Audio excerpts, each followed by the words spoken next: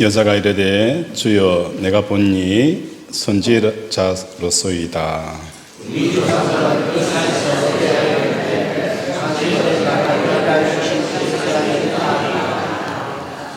예수께서 이르시되 여자여 내 말을 믿어라. 이 산에도 말고 예루살렘에서도 말고 너희가 아버지께 예배할 때가 이르리라. 너희는 알지 못한 것을 예배하고 이는 아는 것을 예배하니 이는 너희 우리에게 아버지께 참되게 예배하는 자들은 영과 진리로 예배할 때가 오나니 곧 이때라. 아버지께서는 자기에게 이렇게 예배하는 자들을 찾으시느니라.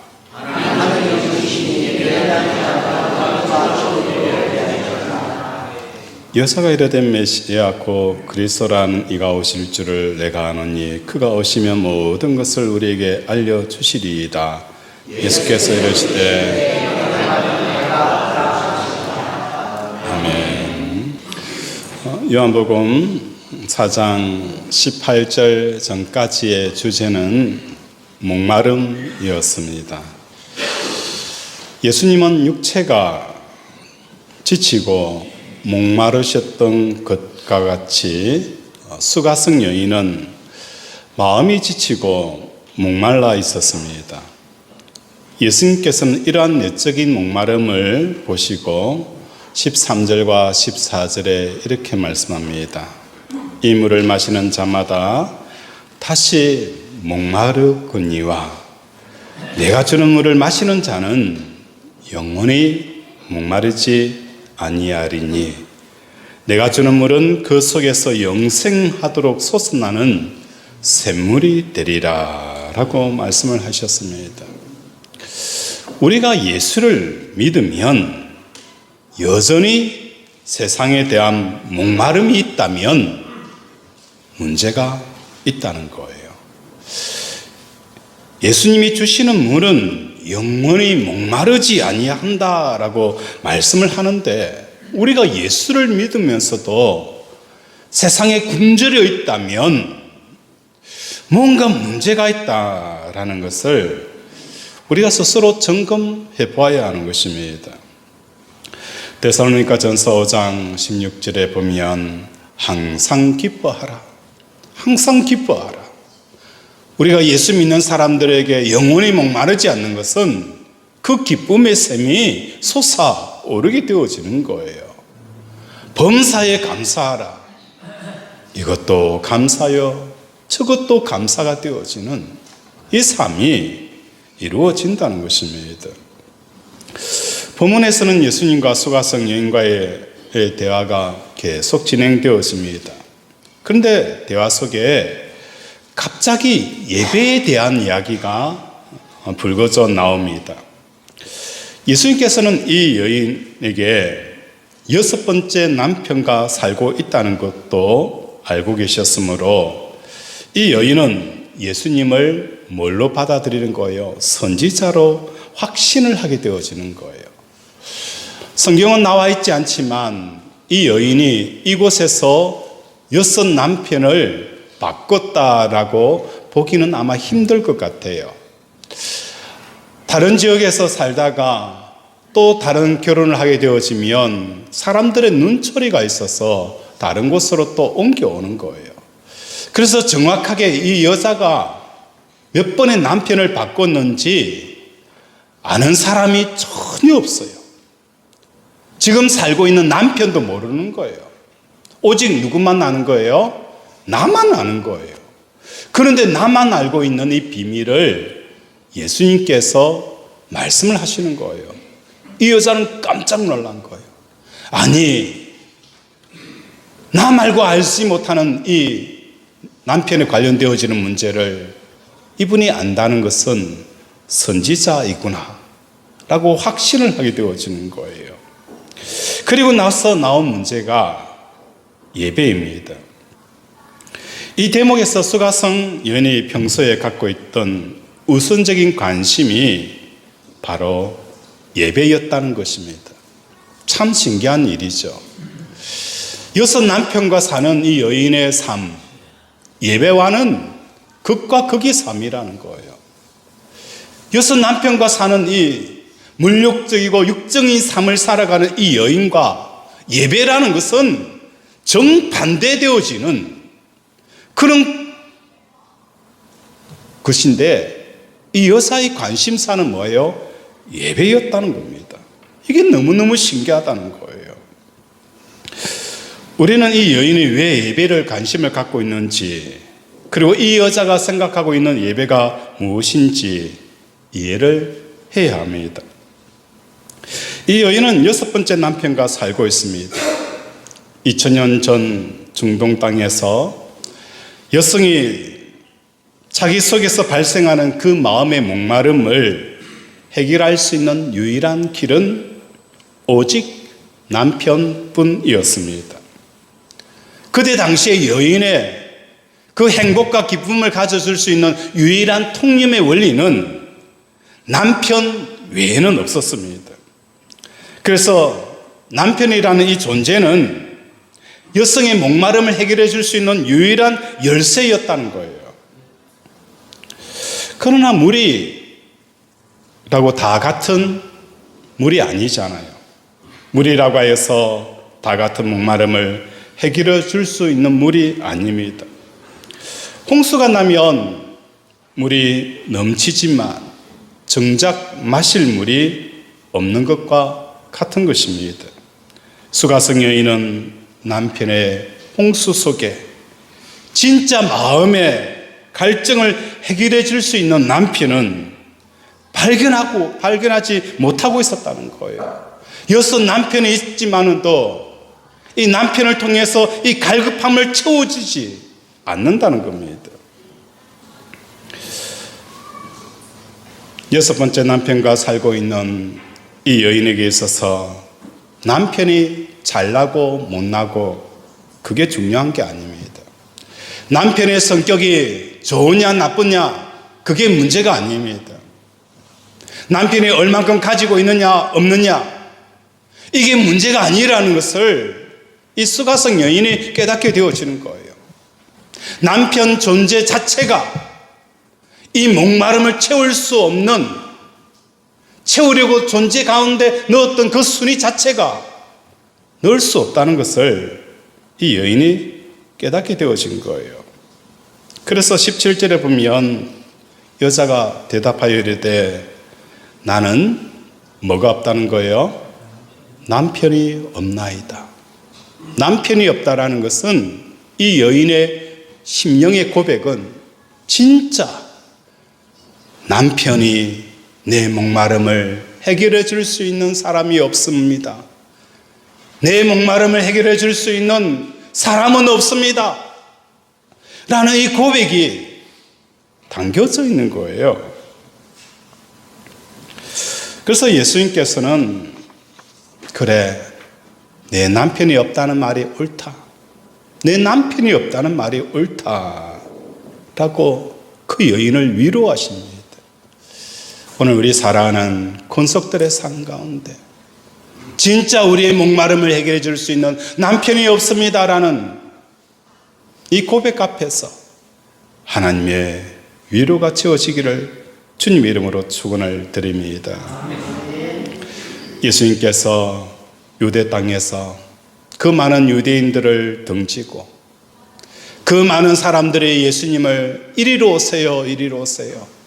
여기에 와서 우리를 치료하시고 기적을 일으켜 달라는 수없이 많은 초청과 요청이 있었지만 예수님은 그곳을 등을 지고 어디까지 오시는 거예요?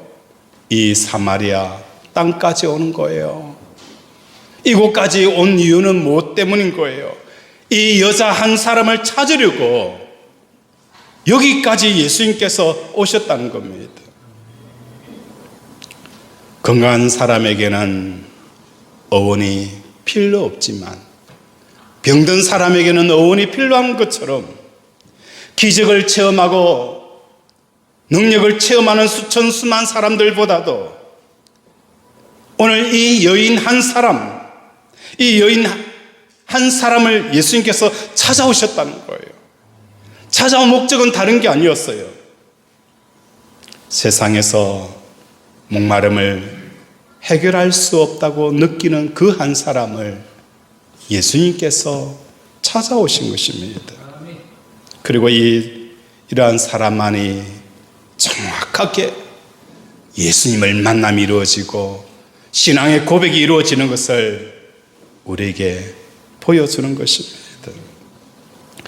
그 결과 이 여인의 마음은 세상 바깥에 계신 하나님을 향하게 되어집니다.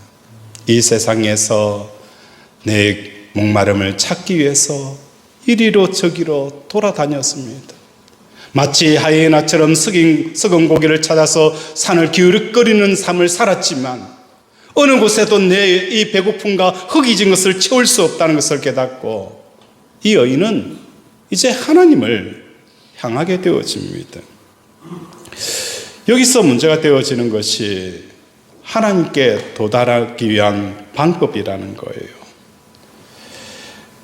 남편이 목마름을 해결해 줄 수 없는 존재라고 믿었을 때, 남편이 목마름을 해결해 줄 수 있는 존재라고 믿었을 때에 이 여인은 뭘 한 거예요?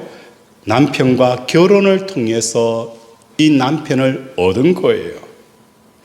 그래서 심지어 6번이나 남편을 얻기 위해서 결혼이라는 것을 통하여서 남편을 얻었어요.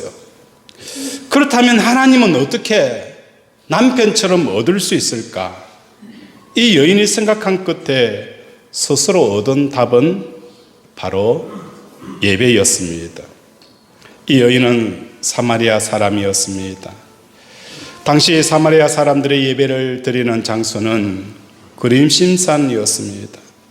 유대인들은 예루살렘에서 예배를 드려야 한다고 하지만 사마리아인들은 조상 때부터 그림심산에서 성전에서 예배를 드려왔기 때문에 그림심산에서 예배를 드리는 것이 맞다라고 생각하였습니다. 그래서 이 여인은 그림심산 성전에 가서 예배를 드려보았지만 하나님을 만날 수가 없었던 거예요. 그렇게 선지자인 그 예수님에게 찾아와서 이렇게 묻습니다. 예루살렘 성전에 가서 예배를 드려야 합니까? 예루살렘 성전에 가서 예배를 드리면 하나님을 만날 수 있습니까? 라고 질문을 한 거예요. 우리 21절 함께 읽겠습니다. 시작.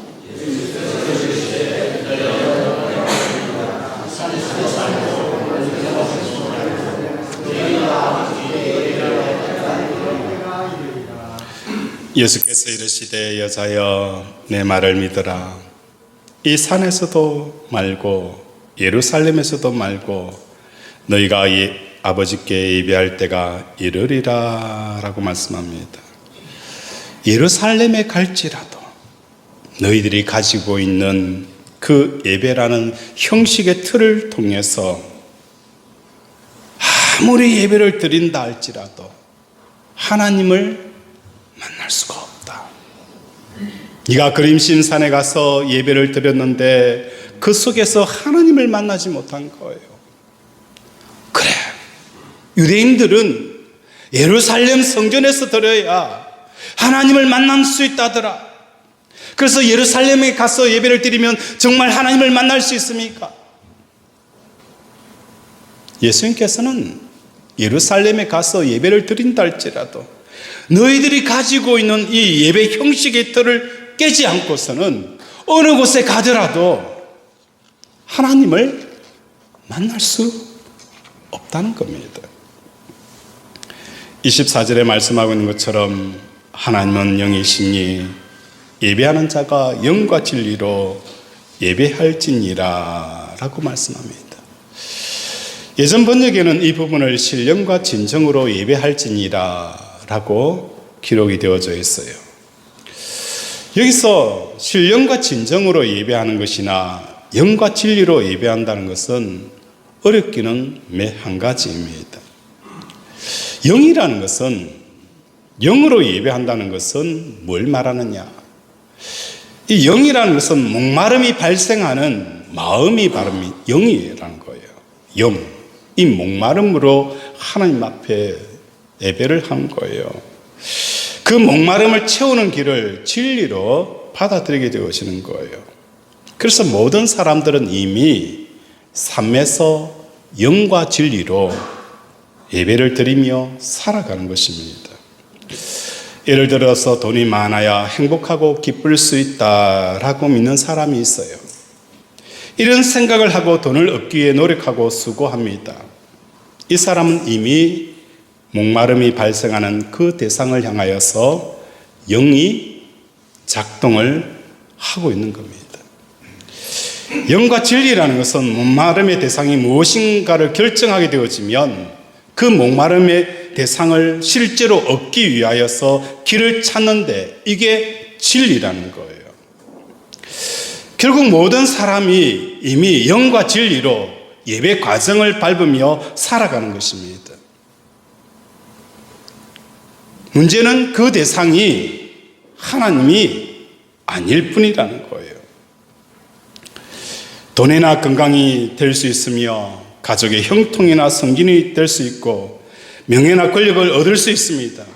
이러한 대상들의 삶의 현장에서 다른 신으로 섬기며 영과 진리로 예배하면서 살아가고 있다는 거예요. 좋아한다는 것은 영과 진리로 예배한다는 의미입니다. 돈에 대해 목마른다면 돈을 예배하고 있는 겁니다.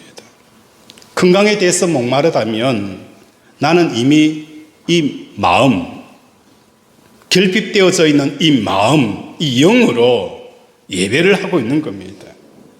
성진에 대해서 목마르다면 이미 뭐 하는 거예요?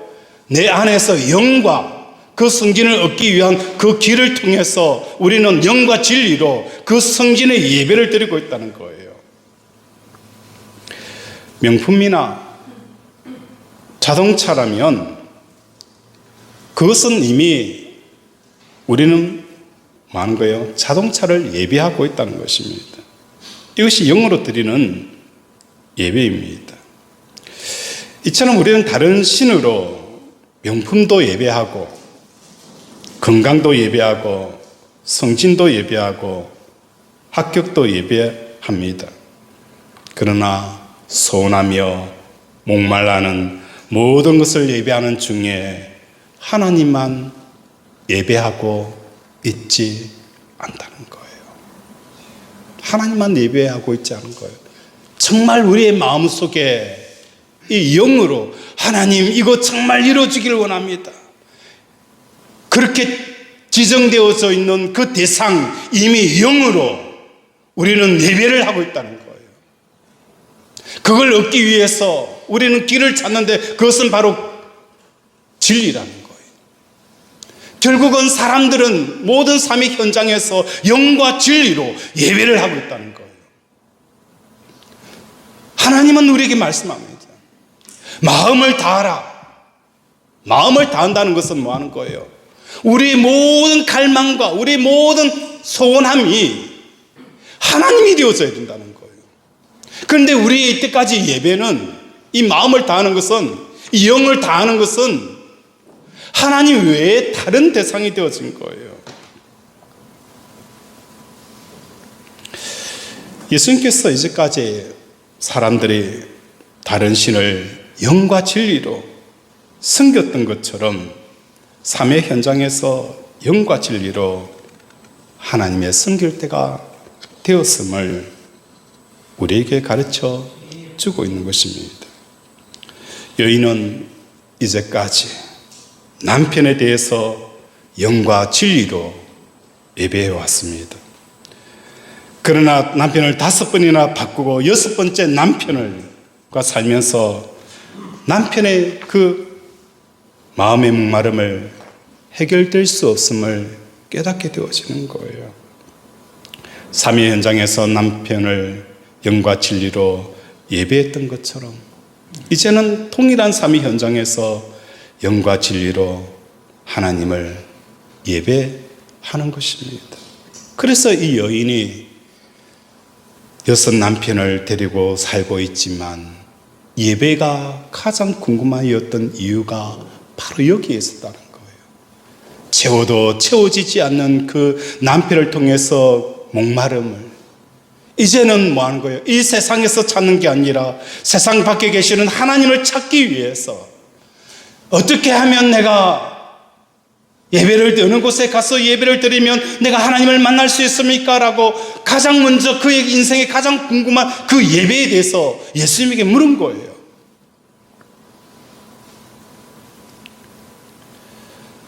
예수님께서는 이 여인을 통하여서 이제는 너희들이 영으로 진리로 예배를 드리지 않았느냐. 네가 강력하게 원하는 그 소원을 향하여서 영으로 온 마음을 다하여서 우리는 그런 소원을 가지고 그 대상을 집중하였어요.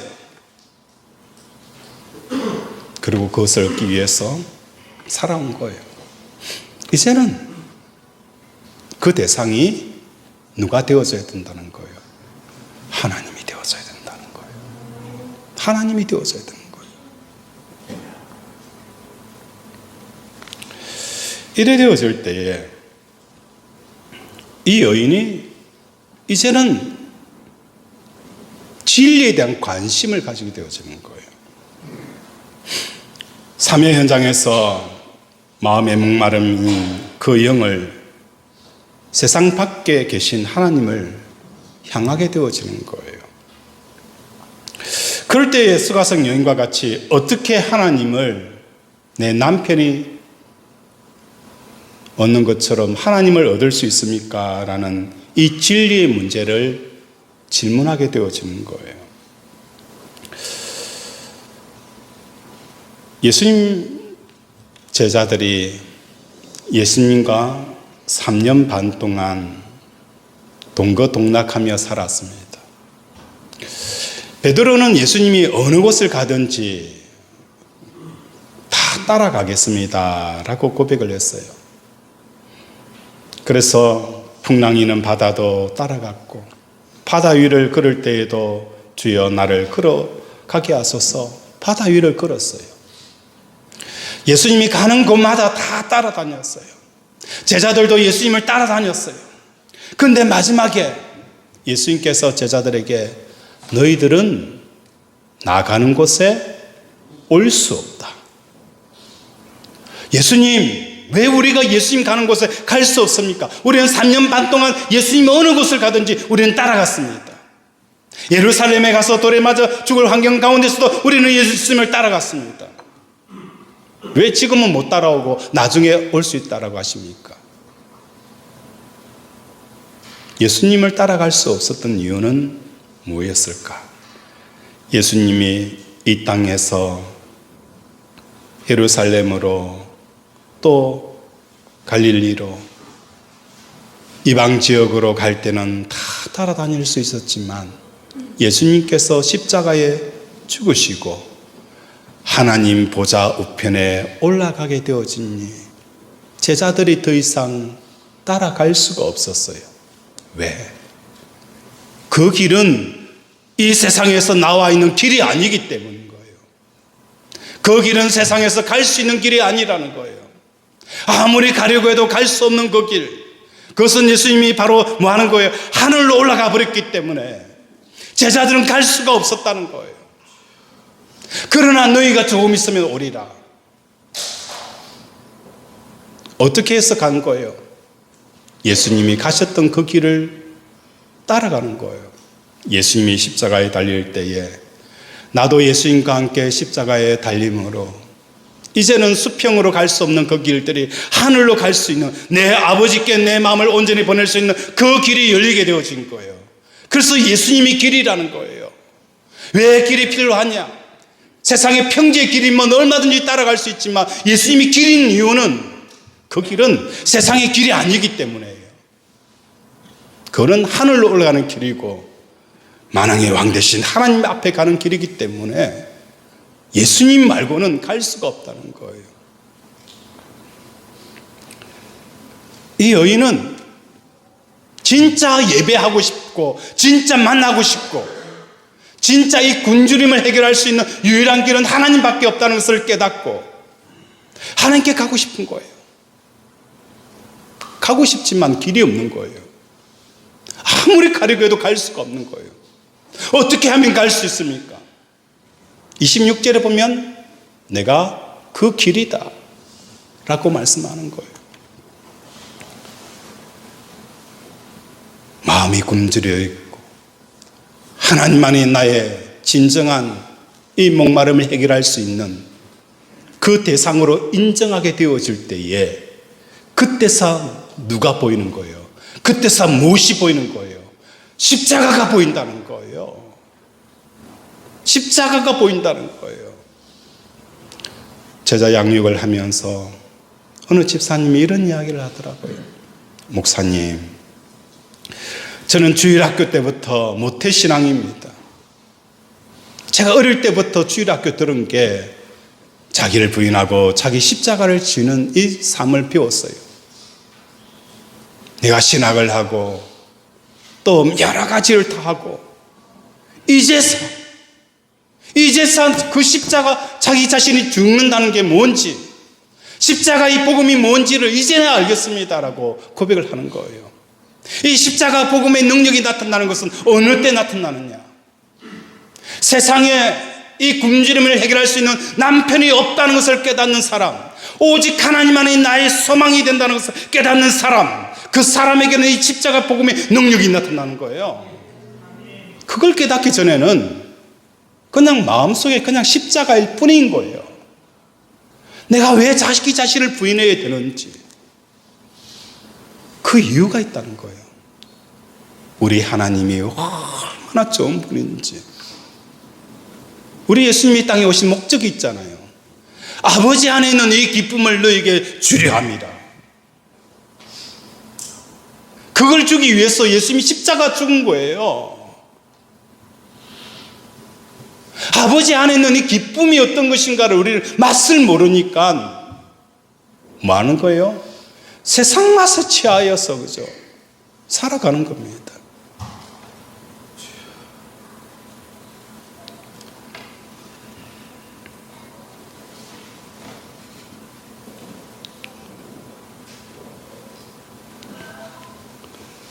오늘 우리 살아가는 권속들의 심령 속에 십자가가 보이기를 원합니다. 진짜 예수님이 내 마음속에 보이기를 원합니다. 이때까지 살아왔지 않습니까? 여러분에게 5번째 남편이 있었잖아요. 내 목마름 해결해 주기 위한 5번째 남편이 있었어요. 지금도 6번째 남편과 동행하고 있어요. 그러면서 분명하게 우리는 알고 있어요. 내가 남편을 삼은 이 대상이 나의 굶주림을 해결해 줄 수 없다는 것을 알면서도 다른 대안이 없으니까 그냥 동거하고 사는 거예요.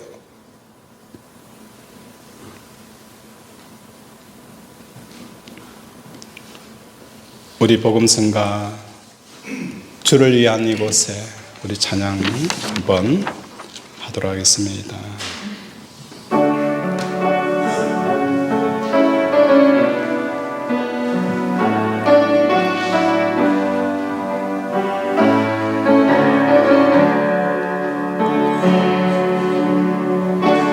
주를 위한 곳에 예배하는 자들 중에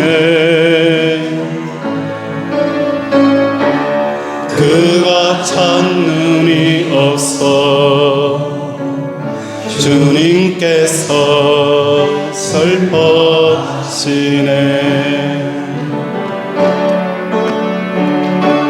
주님이 찾으시는 그 한 사람 그의 대자 내가 그 사람 되게 간절히 주께 예배하네.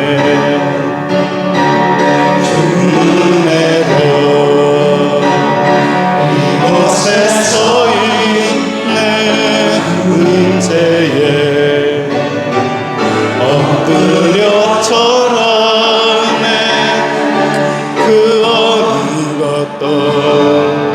난 필요 없네. 주님만 경배해 주네로. 이곳에 서 있네. 주인제에 엎드려 절하네. 그 어느 것도 난 필요 없네. 주님만 경배. 주를 위한 이곳에, 주를 위한 이곳에 예배하는 자들 중에 그가 찾는 이 없어. 주님께서 슬퍼하시네.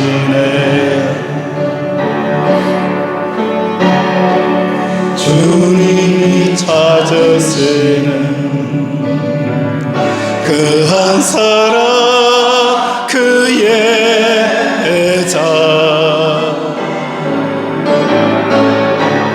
내가 그 사람에게 간절히 주께 예배하네. 은혜로 이곳에 서 있네. 주인제에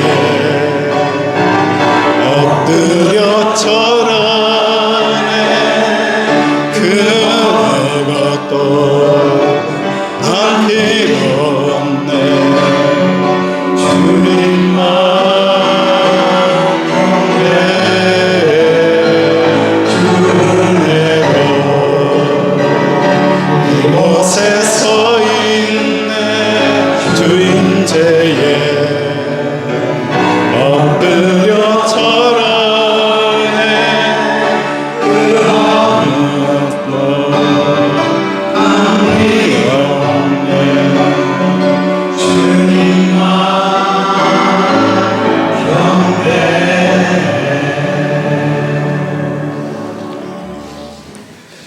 주를 위한 이곳에 예배하는 자들 중에 그가 찾는 이 없어. 주님께서 슬퍼하시네. 많은 사람들이 영과 진리로 예배를 하고 있지만 그 마음에 하나님이 아닌 다른 것을 예배하고 있는 이 모습을 우리에게 보여주는 겁니다. 오늘 우리 사랑하는 권속들의 삶 가운데 하나님 아버지에게 가는 길은 다른 게 아니에요. 아버지에게 가는 길은 이 땅의 수평의 길이라면 끝까지 따라갈 수 있어요. 왜 내가 예수님과 함께 십자가에 죽어야 되는지, 그 갈망함은 하나님을 더 사랑하면 할수록 나를 부인하게 되어지는 거예요. 그때서 십자가가 보이는 거예요. 이것이 뭡니까? 우리를 진정한 자유함을 주는 거예요. 이게 예배의 힘이고 예배의 능력이라는 거예요. 그래서 오늘 우리 사랑하는 권속들의 삶 속에 예수 믿어도 여성이 세상이 부럽고 잘 나가는 친구들이 부럽다면 여러분은 여전히 굶주린 겁니다. 누구든지 예수 그리스도를 믿는 사람들은 영원히 마르지 아니하리라. 내가 너희에게 주는 물은 그 속에 계속 솟아나는 샘물이 되리라. 이 은혜가 부어지기를 주님의 이름으로 축원을 드립니다. 말씀을 생각하며 함께 기도하기를 원합니다. 하나님, 이때까지 우리가 영과 진리로 하나님이 아닌 다른 대상만을 예배했습니다. 이제는 이 영과 진리로 하나님만을 예배하는 것, 마음을 다하고 뜻을 다하고 힘을 다하여서 내 하나님 여호와를 사랑하는 우리들이 되게 달라고 이 시간 주여 한번 부르면서 기도합니다. 주여. 아버지 성준을 위해서 영과 진리로 예배하였고, 자녀를 위해서 영과 진리로 예배하였고, 돈을 벌기 위해서 영과 진리로 예배하였지만 한 번도 아버지 하나님을 향하여 영과 진리로 예배하지 못하였습니다. 이런 마음을 가지고 예루살렘에서 드린들, 사마리아에서 드린들 무슨 하나님을 만날 수 있겠습니까? 이런 마음을 가지고 어느 곳에 예배를 드린들 이 결핍함을 메꿀 수 있겠습니까? 오늘도 우리 살아가는 권속들의 심령 속에 아버지 하늘로 난 그 길을 가기 위해 오늘도 십자가 붙들고 예수님과 함께 십자가에 죽는 삶을 살아가는 우리 권속들 되게 도와주시옵소서. 하나님 아버지, 오늘도 말씀으로 우리를 위로하시고 진짜 예배해야 할 그 하나님을 예배하지 못한 이 슬픈 현실을 회개하여 사오니 하나님, 이제는 하나님을 향하여 영과 진리로 예배하는 자가 되게 도와주시옵소서. 우리의 아픈 곳에 믿음으로 손을 얹습니다. 그가 찔림은 우리의 허물 때문이요, 그가 상함은 우리의 죄악 때문이라. 그가 징계를 받음으로 우리는 평화를 누리고 그가 채찍에 맞음으로 우리는 나음을 받았도다. 나의 영혼이 죄 사함 받은 것처럼 나 육신의 모든 허물과 죄도 사함 받았음을 예수 그리스도 이름으로 병마에게 선포하노라. 예수 그리스도 이름으로 명한다. 치장하면 나을지어다. 내부종은 치유될지어다. 호흡기 질환 치유될지어다.